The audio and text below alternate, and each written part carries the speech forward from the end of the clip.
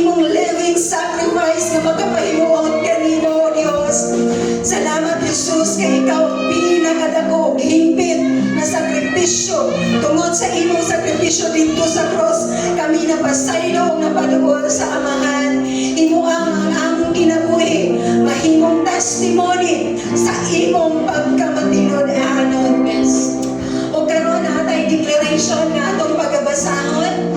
So atong basahon pinaagi sa magusog nga timo, no? Pinaagi sa pagtuo, adunay pagtuo nga kasing-kasing sa ato ang ato ning i-declare, mao ni ang mabuhat nato sa ato ang kinabuhi.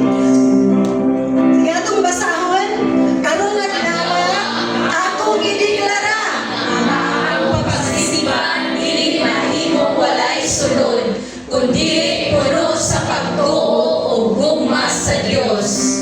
Dili ko ihatag ang akong mga sobra lamang, kundi akong ihatag ang akong pinakamaayong ngadto sa Ginoo.